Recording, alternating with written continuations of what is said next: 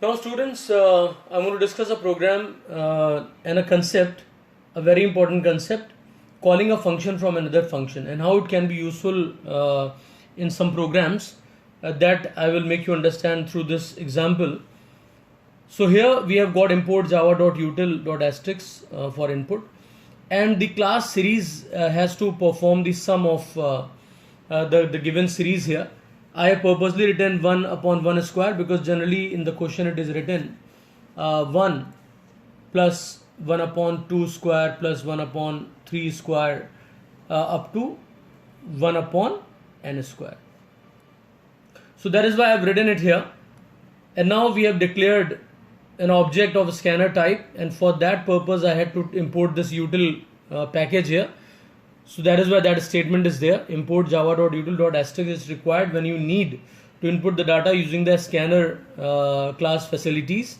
So scanner sc equal to new scanner system.in. Here we have got a data member n, and the other data member is sum. N is basically the limit of the series here, and sum is stored to sum is there to store the sum of the series. Now students, we have got two constructors. One is for the default constructor which gives the value 0 to n and 0.0 to sum, and the second one, the parameterized constructor, where a parameter d is there.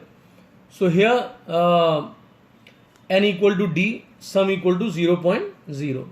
So that will have a default value 0.0, but n will be having d, that's a parameter.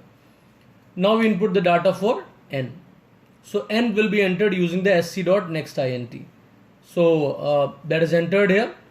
Now we come to this function which calculates and returns the square of the number which is passed as the parameter from here. So int x, return x into x, and that is the return type, that is int. Okay. After that, void cal sum. So it will calculate the sum of what? Squares. Sum of what? Squares. So it is here int I equal to 1, I less than equal to n, and I plus plus. So here students, sum equal to sum plus, and here I write 1 upon.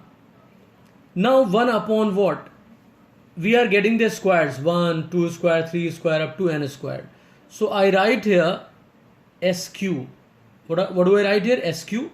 And here I write this I because I wanted a square of I. Alright. Now here what I do, I typecast this because it's a fractional series. So I write double in the parenthesis. Either I can write double sqi, or I can write double 1 also here with the numerator. Or third option is I can write 1.0. So typecasting is a must because everything is there in the integer. Okay. So we have closed it here, and we have closed the curly brace of the for, and after doing so I write here system dot out dot print ln, and I can show it here sum of the series is plus sum, and I can close it here. Now a display function, one more example where I will show you how you can again call another function in the display.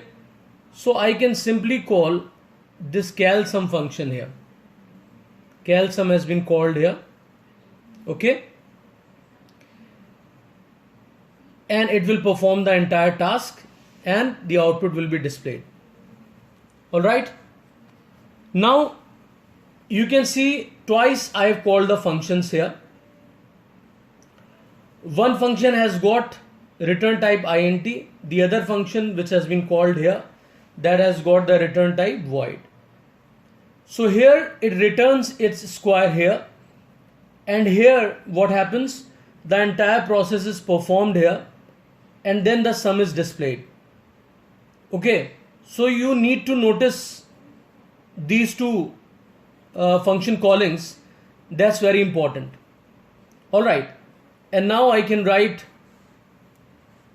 the main function public static void main, never try to change the format of main function. I always specify that. And here I create the object of the series class. So I write here series ob equal to new. Then I write series. Okay, default constructor has been invoked here in this object creation. Then I write ob dot input. This will input the limit. Okay, and after that I call the display function for this object. So ob dot display, absolutely no gap is there, please take care of that. Ob dot display in continuation without any gap. So it will call, display will call in turn calsum, and then finally the sum of this series will be displayed. All right, and then we close the main function and then we close the class. I hope everybody has understood how to work with the series and how to invoke one function from the other. Thanks everyone.